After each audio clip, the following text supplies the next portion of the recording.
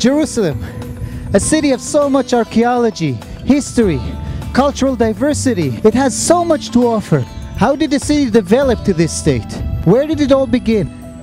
It all begins here, in a valley that is today outside city walls. At the bottom of this valley, there is a spring, and spring is life.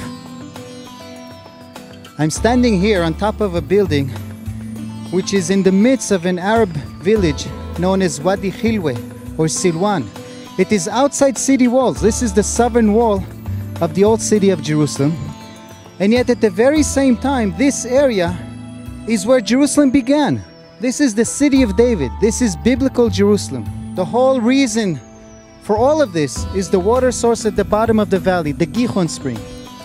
Thousands of years ago, Canaanites settled in this area, and some 3,000 years ago, David took it over, deciding this is going to be my new capital for my new kingdom, Jerusalem. He buys then the top of the mountain above. The Temple Mount is not the highest mountain in the area. Mount of Olives is higher, but compared to the city of David, it is the Acropolis. It is the highest spot. Designating this place to be the site where his son Solomon will build the temple. And this is biblical Jerusalem.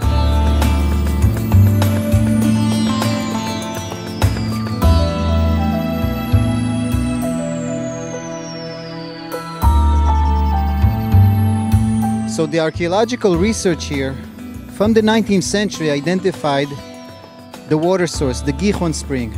The Gihon spring is the vital water source that is the reason why people lived here to begin with.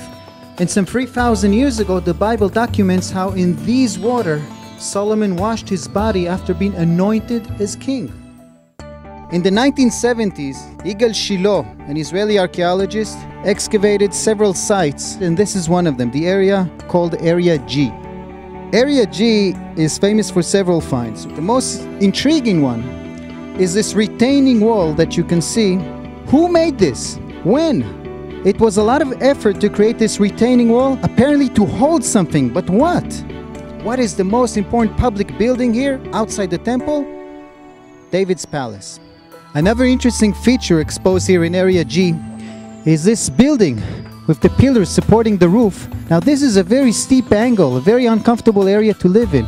Why would someone want to build a home here? Well, perhaps because his neighbor is a really important person. Perhaps his neighbor is King David. This person apparently lived a good lifestyle because he had something rather rare for biblical times, his own toilet seat. David, at some stage when he is in his palace and he sees the city around him, on one of the rooftops of the houses he sees Bathsheba bathing. And I don't know what exactly he saw, but apparently drove him mad, and then he took Bathsheba as his wife. Now, I'm not saying this is Bathsheba's home, but I'm saying this building, which is underneath a possible biblical palace, is an interesting connection to the biblical text. Some parts of this area were already exposed in the early 20th century. Eilat Mazar rediscovers some of these areas. She's eager to find if there's anything substantial from biblical times on top of the retaining wall that we saw before. She finds small but very important evidence for administration in biblical times. She finds an item like this. It's called a bulla, and it was used to sign documents. Finding it here indicates that this was an administrative center. Eilat Mazar argues that this wall, made out of large unhewn stones, is a remnant, is a corner of a public building, in her opinion, David's palace, not less. The problem is there's no inscription to tell us the identity of this structure, and we only have a corner.